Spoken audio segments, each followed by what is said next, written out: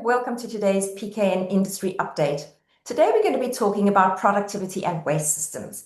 Now, productivity has become a major theme of late, especially in the recent federal budget conversation. But productivity is about more than tax reform and investment settings. It is also about reducing friction in the systems that businesses rely on every day, including waste and recovery systems. Now, for the packaging industry, that raises some important questions. Are current recovery systems actually delivering efficient real-world outcomes? And how do we move beyond material debates towards systems that genuinely work at scale? I'm Lindy Hewson, PKN's publisher, and joining me today is Richard Fine. He's the co-founder of BioPak, whose latest impact report calls for what the company describes as a systems reset around packaging, recovery infrastructure, and policy. Richard, welcome to the show. Thanks, Lindy. Good to be here. Now, Richard, when we talk about productivity nationally, waste probably isn't the first thing that people think about. But how much inefficiency do you think exists in Australia's current recovery systems? I actually think there's a lot of hidden inefficiency in the system. Waste is often treated as an environmental issue, but it's also a productivity issue. Every time we have contamination, rejected loads, or inconsistent bin systems, unclear labeling, duplicated collection systems, or materials going into the wrong recovery pathway, there's a cost. And that cost is generally carried by business, councils, recyclers, composters, consumers, and ultimately by the broader economy. I think if we strip it back to first principles, packaging exists to do a job. In food service, it allows people to eat and drink hygienically, affordably, and conveniently on the go. It enables a multi-billion-dollar quick service restaurant, cafe, catering, and events economy. So the question is not simply how do we get rid of packaging? The better question is, how do we design the most efficient system around the way packaging is actually used? At the moment, I think that the front-end system works really well. Food service packaging is convenient, low cost, safe, and practical, but the back end of the system is not being designed with the same level of discipline, and that's where a lot of the issues sit. So where does BioPak see the biggest friction points? The biggest friction point is misalignment. Packaging is designed for one outcome, but the collection recovery system may not be able to deliver that outcome in practice. A product might be technically recyclable, but if it's food soiled, disposed of away from home, or not collected in the right stream, or not accepted by the local processor, then the real world outcome may still be landfill. So the same principle applies to compostable packaging. Certification is important, but it only delivers the outcome if the packaging is collected with food, waste, and accepted by composters. So the friction isn't just the material, it's the gap between the product design, consumer behavior, collection systems, processor capacity, and policy. This is really where we need to focus. Now, you mentioned earlier inconsistent bin systems and contamination. Are they creating avoidable costs? Yes, absolutely. Consumers are often blamed for getting the bin wrong, but in many cases, the system is just simply too confusing. The rules change between councils, venues, states, and material types. Even people who want to do the right thing often don't know what the right thing is. That confusion creates contamination. Contamination creates sorting costs, rejected loads, and landfill outcomes. So we end up with a system that asks for perfect behavior from consumers, but doesn't give them a simple and consistent pathway. From a productivity point of view, that's just poor system design.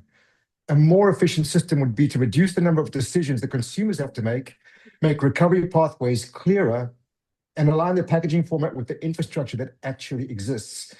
A simple way to say it is complexity is expensive, confusion is expensive, and contamination is expensive.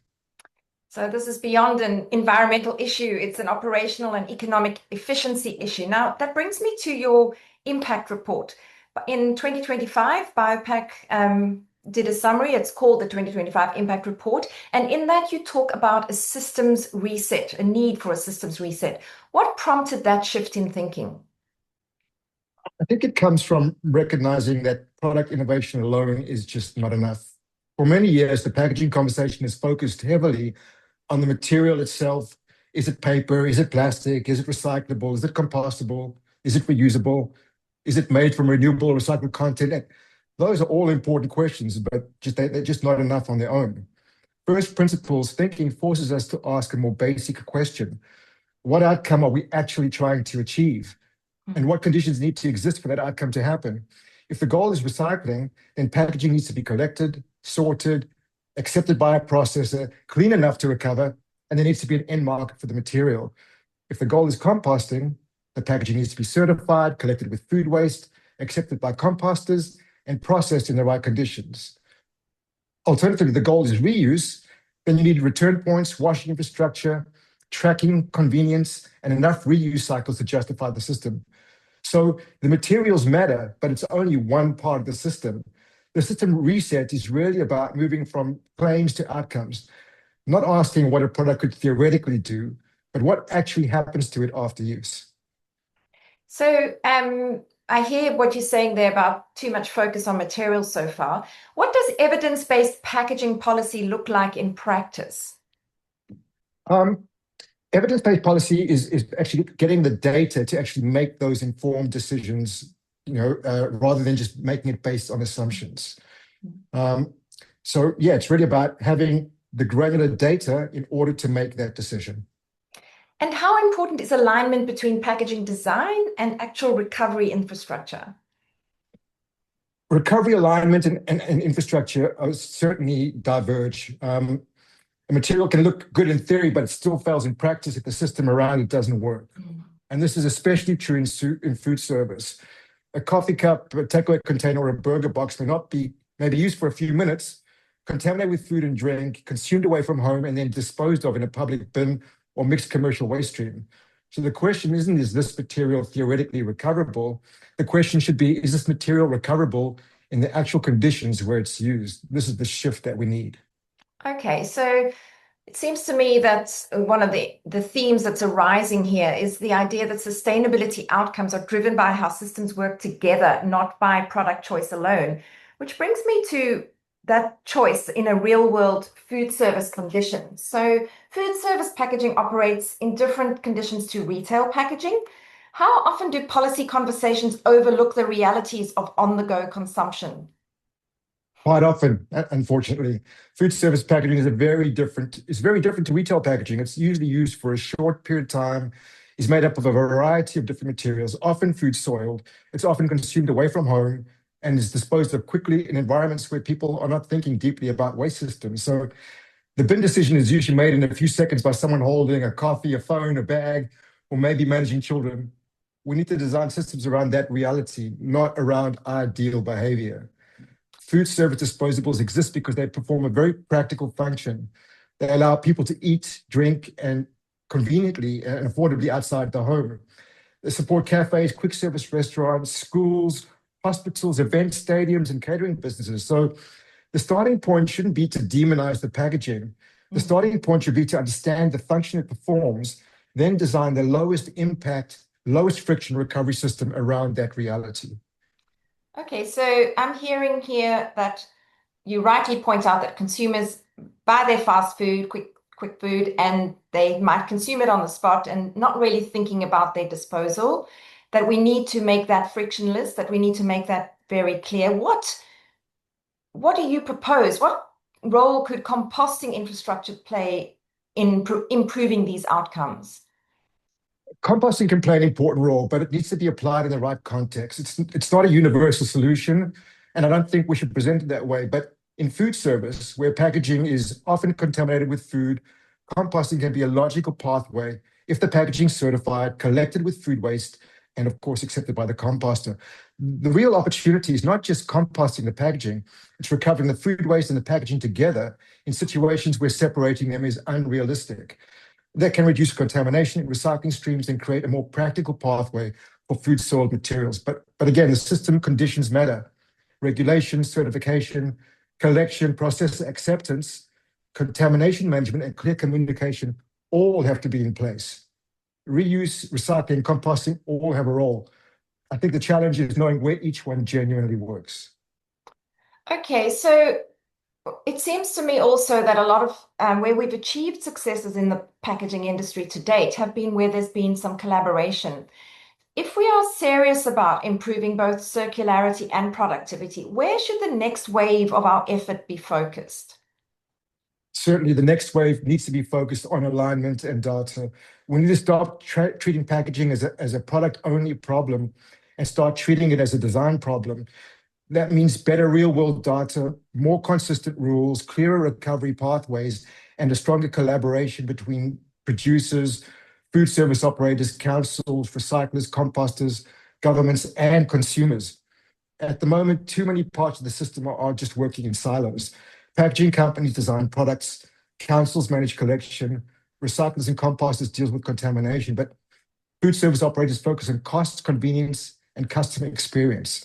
The government tries to set policy across all of it, but the outcome only works if those groups are designing the system together. The next phase shouldn't be about picking one winner, it's about building the conditions where the right solutions can work in the right place. So, what about harmonization? Do we need more national consistency? National consistency is super important. It's very hard for businesses to invest, innovate, and communicate clearly when the rules change between states, councils, and processes. Inconsistent rules create confusion for consumers and uncertainty for business. They also make it harder for infrastructure providers to invest because the market signal is fragmented. National consistency does not mean that every location has to have exactly the same infrastructure overnight, but it does mean we need clearer national direction, more consistent definition, and better alignment between policy, packaging, design, and recovery capabilities. Consistency ultimately reduces friction, and reducing friction is a productivity gain. And what role do you think federal government should play? I think the federal government has a really important role in setting the direction and creating consistency. The industry can innovate, but it's very difficult to scale solutions when policy settings are fragmented or unclear. The federal government can help by supporting national standards, better data collection, clearer labeling, infrastructure investment, and policy settings that reward real-world recovery outcomes rather than theoretical claims. It can also help create the conditions for collaboration because packaging recovery doesn't sit neatly within one sector. It touches manufacturing, food service, retail, councils, waste management, recycling, composting, agriculture, and consumers. So the role of government isn't to choose one material or one pathway. It's to help create a system where the best pathway can be applied in the right context. And following on from that, how important is industry collaboration in this next phase? It's absolutely essential. No single company, council, recycler, composter, or government department can solve this problem alone. The system only works when the people designing the packaging are talking to the people collecting it, processing it, and regulating and using it. So the collaboration needs to be practical. It can't just be high-level sustainability language. We need to get into the real operating conditions. What formats are being used? Where are they used? How contaminated are they? What bins do they go into? And what do processes accept? What gets rejected? And what economics need to be available to make this viable recovery? So, and this is where I think the granular data really, really matters. It gives all parties a shared evidence base. And without that, everyone just ends up arguing from their own assumptions. And a lot of talk at the moment is all about what's going on in Europe with the PPWR. Are there international examples that Australia should be learning from? Yes, but I think the lessons are not to copy one country directly. Australia has its own geography, population, distribution, council structures, waste infrastructure, and food service culture. So we need solutions that fit the local conditions. But internationally, the more advanced conversations are moving beyond simple material claims. They're looking at producer responsibility, reuse systems, composting where food waste is present, stronger recycling design rules, and better alignment between packaging and infrastructure. So the lesson for Australia, I think, is that we need to move from fragmented initiatives to coordinated system design. And we should be asking, where does reuse genuinely work? Where does recycling genuinely work? Where does composting genuinely work? And what data do we need to make those designs or those decisions properly? Now, Richard, as BioPak approaches 20 years in business, which is quite a milestone, where do you think the sustainable packaging conversation needs to move next? Well, it's been amazing 20 years that we've made so much progress, I feel. But I think the conversation really needs to move back to basics. We need to ask, what's the job of packaging? Where is it used? What conditions is it in after use? what recovery pathways can realistically process it, and what system conditions are needed to make that outcome happen. The early sustainability conversation was very focused on better materials, and that was necessary, but the next phase has got to be about better systems. We need to be honest that no single material or model solves everything. Reuse, recycling, and composting all have a role, but only when they're applied in the right context and supported by the right infrastructure. For me, the opportunity is to make sustainability easier, not harder. Easier for consumers, easier for food service operators, easier for councils, and easier for processors. But if we reduce the confusion, design around real world behavior, and use granular data to identify where the system is failing, we can improve the environmental outcome and productivity at the same time. That is the systems reset. It's less ideology, less wishful thinking, and more practical system design.